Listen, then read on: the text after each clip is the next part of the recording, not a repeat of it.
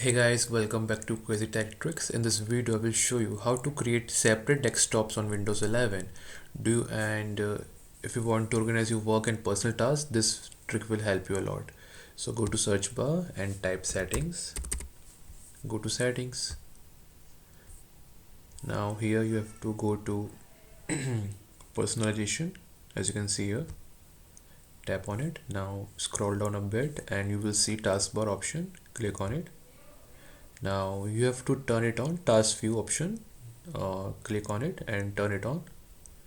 Then you can see here the option desktop.